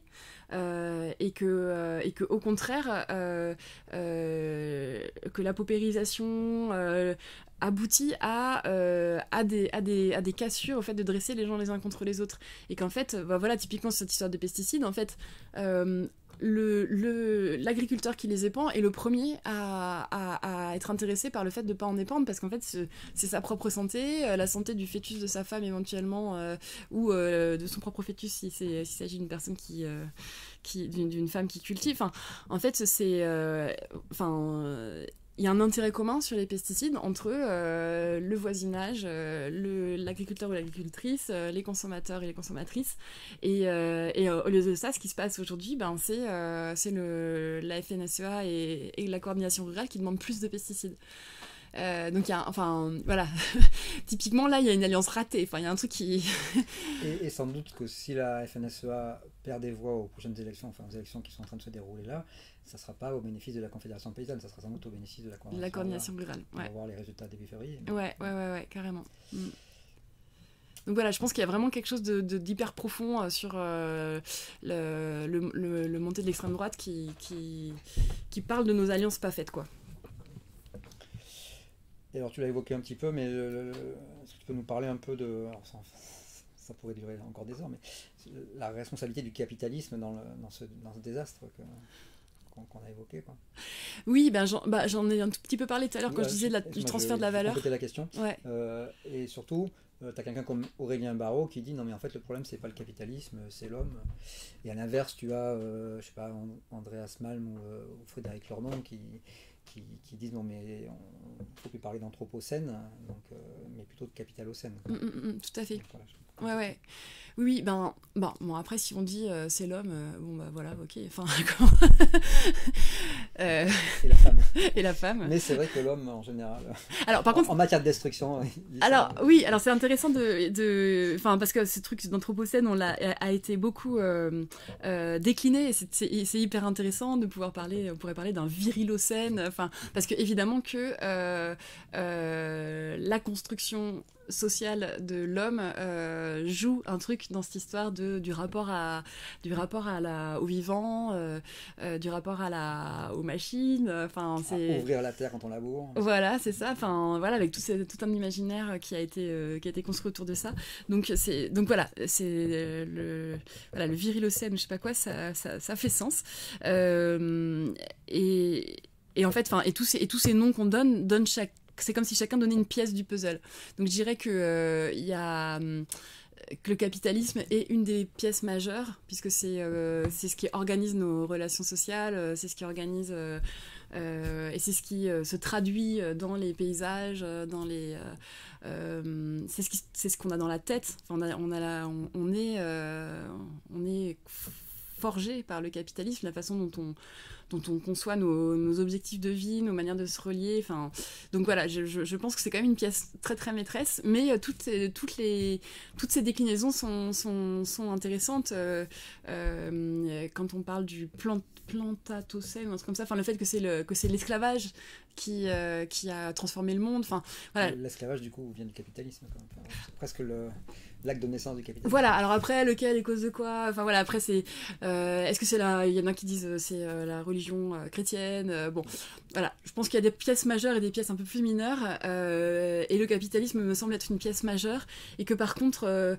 et aussi, il y a un truc assez pragmatique, qui est que si on dit que c'est la nature humaine, dont je ne sais pas trop ce que c'est, qui serait à l'origine... qui aurait pas qu'on pourrait pas faire autrement parce qu'on c'est notre nature humaine, ça donne pas beaucoup de... C'est complètement dépolitisant en fait comme approche. En tout cas, si on regarde uniquement en termes de résultats, le résultat que ça a, c'est que ok, bah à ce moment-là, laissons la planète s'effondrer avec nous. Non, et puis, laissons la planète se débarrasser de nous et après... Alors oui, bon, d'accord, ok. Ça, comment dire, c'est quelque chose qu'on peut penser, mais qui tient pas beaucoup. Enfin, comment dire, c'est un exercice de pensée très très détaché. Parce qu'en fait, laissons la planète se débarrasser de nous. Dans un premier temps, c'est laissons mon môme choper un cancer à 10 ans. Laissons des personnes vivre dans des endroits où ils vont plus pouvoir vivre parce que la mer monte et que ça va envahir leur culture. Enfin, et que ça c'est pas tenable. Enfin, voilà. Donc je pense que c'est une pensée très très très très aérienne là, et qui fait complètement fi de la réalité de nos liens et de... Enfin voilà, je peux pas dire ça en face d'une personne qui est directement impactée par la chute de la biodiversité et les pollutions. Et enfin, c'est pas possible quoi ça. Pour terminer, je sais pas si vous connaissez Vera Nikolsky, ça vous parle ou pas? Qui Non. écrit Féminicène. Non, ça vous parle. D'accord, non. En fait, sa thèse, c'est de dire que elle reproche entre guillemets aux militantes féministes qui ne voient que le féminisme de ne pas se préoccuper de tout ce que le progrès a apporté. Alors, elle n'est pas pour le progrès, hein, mais elle dit l'émancipation des femmes. Bien sûr qu'il y a eu des luttes féministes qui ont été très importantes pour gagner un certain nombre de droits, mais il ne faut pas oublier que l'émancipation des femmes est avant tout liée au progrès de la médecine, parce qu'elles meurent beaucoup moins en couche, donc elles ont beaucoup moins à faire d'enfants, donc elles peuvent travailler. Tout l'aspect, je sais pas, tout bêtement, la fameuse machine à laver, voilà, tout ça. Et donc ce qu'elle dit, c'est ce que évidemment vous faites, c'est attention les féministes, n'oubliez pas quand même tous les aspects, on va dire écologiques, parce que c'est aussi, enfin, comment dire, il pourrait y avoir de fortes régressions du fait de l'évolution qu'on est en train de vivre, quoi. Bah, je trouve que c'est intéressant là-dedans de, comment dire, de trier. Enfin, c'est-à-dire, je pense que si on s'en était tenu à avoir des machines à laver, à ce que les médecins se lavent les mains avant d'accoucher les femmes, enfin, il y a des petits trucs comme ça quand même comment dire, et c'est pas ça qui a détruit le monde. Enfin, et que par exemple, par exemple, elle parle d'émancipation vraiment. Là, ouais. On était sur c'est-à-dire, oui, le lavage des mains, effectivement, ça a changé pas mal de choses, mais aussi les antibiotiques, quoi, pour la baisse drastique de la mortalité infantile. Oui, en fait, oui. Et... Bon, après, il y a des choses sur lesquelles je sais pas si on aura bien le choix, parce que par exemple, les antibiotiques, ils marchent de moins en moins. Il y a des souches résistantes. Enfin, on est en train de sortir de l'ère de l'antibiotique. Hein. Ça, c'est pareil, c'est très inquiétant. On a vécu une période de santé humaine quand même importante liée à ça, qui est aujourd'hui très courte, voilà, très très courte, et qui aujourd'hui est remis en cause à la fois par, enfin, il y a par exemple aux États-Unis l'âge de la mort rediminue à cause de toutes les maladies liées à la civilisation. Donc c'est comme si et puis voilà, maintenant les antibiotiques ça commence leur efficacité va de plus en plus diminuer. Donc voilà, cette période aura été très très très courte. Donc il y a des choses où c'est pas vraiment des histoires de choix, quoi. C'est ça va nous arriver dessus, enfin ça nous arrive dessus, et par exemple là je pensais à l'histoire de la contraception, la révolution de la pilule qui a été extrêmement importante, et par exemple enfin il y a d'autres manières de gérer la contraception. On peut tout à fait comment dire la vasectomie. Voilà, il y a la vasectomie, voilà, merci, je fais le geste qui ne se voit pas à la radio de couper. Voilà, la vasectomie, c'est une manière mécanique, en fait, qui est très peu... qui est quand même très peu intrusive, de régler cette question-là sans émettre de polluants pendant toute une vie. Donc, je pense la pilule. Voilà, via la pilule. Donc je pense qu'il y a des changements sociaux qui ont été liés à des changements à des apports technologiques, mais on peut sans doute trouver en fait d'autres d'autres technologies moins polluantes qui répondent en fait à la même question sociale, quoi. Une sorte de low-tech en fait. Ouais, voilà, exactement, de penser en low-tech, exactement, exactement. Bon, après, tout répond pas à ça. Enfin, par exemple, aujourd'hui, il y a plein de personnes qui peuvent résoudre leur dysphorie de genre en prenant des hormones et en se retrouvant enfin dans un genre qui correspond à ce qu'elles ressentent. Et voilà, et c'est des personnes qui, du coup, ont recours aux hormones. Mais voilà, par exemple, moi, j'espère que dans un monde futur, il y aura beaucoup moins de personnes qui auront besoin de recourir à ça, tout simplement parce que la fluidité de genre sera telle qu'il y aura moins besoin de transformer son corps pour être perçu comme qui on se ressent, quoi. Enfin, voilà, je pense qu'il y a des choses où, en fait, enfin, pareil, la machine à laver, oui, ça a libéré les femmes, mais peut-être que j'espère qu'aujourd'hui, si on avait moins de machines à laver, il y aurait pas enfin, on en serait à un point où, en fait, la distinction des tâches ne jouerait plus, et que le fait de re-remplacer les machines par du travail humain serait autant assumé par les hommes que par les femmes. Enfin, voilà, je pense que c'est un point d'attention à avoir, et je trouve que c'est intéressant. Typiquement, par exemple, on s'est rendu compte, on est loin du jardin, mais c'est pas grave, que tout ce qui est les couches lavables et tout, enfin voilà, des femmes qui voulaient être très écolo, se retrouvaient complètement aliénées dans des tâches domestiques, parce que en fait, de fait, c'était elles qui lavaient les couches. Mais voilà, donc là, effectivement, il y a des petits problèmes. Mais je veux dire, on peut pas dire les couches lavables, c'est antiféministe en soi. Non, c'est qu'en fait, on n'est pas encore prêt à se répartir le lavage des couches. Une dernière question, est-ce que vous votez? Oui. D'accord. Donc, vous croyez quand même à la transformation Non, je trouve que ça me coûte pas très cher. Je ne sais pas si vous connaissez Geoffroy de la Gannerie. Non. Lui qui dit oui, le vote, ça me coûte pas grand-chose. Ouais. C'est une tactique en fait. Et, oui. Et je vote toujours pour le moins pire. Donc lui, il va, voilà. ce que certains ne font pas, jusqu'à voter donc entre Macron et Le Pen, voter Macron. Quoi, d'accord, ouais. Donc vous êtes... moi, voilà, moi c'est un peu mon point de vue. Voilà, je fais partie des anarchistes qui votent et qui essayent d'engager mes camarades à voter. Donc, du coup, sans beaucoup d'illusions. Non, sans beaucoup d'illusions, mais par contre en disant qu'il y a des choses moins pires que d'autres. Ça, c'est sûr. Et je crois que voilà, aujourd'hui, on le voit quand même très, très, très nettement. Et partout. Enfin, donc, non, il y a vraiment des... Je préfère certains ennemis à la tête de l'État que d'autres. Ah oui, c'est sûr. Mais vous pensez que ces ennemis un peu moins pires que les autres, quand même, réussiront à saisir, enfin, à changer la société suffisamment pour aller vers un monde moins peuplé de ruines? Pas sans un mouvement social. Ouais. Mais c'est imbriqué. En tant qu'anarchiste, oui. Vous voilà, vraiment... ouais. Mais c'est-à-dire que c'est imbriqué parce que, en fait, par exemple, aujourd'hui, la répression est telle que, en fait, les mouvements sociaux sont comment dire, extrêmement bridés. C'est tout de suite extrêmement coûteux de s'engager. On risque de se retrouver en garde à vue dans un sous-sol. Donc en fait,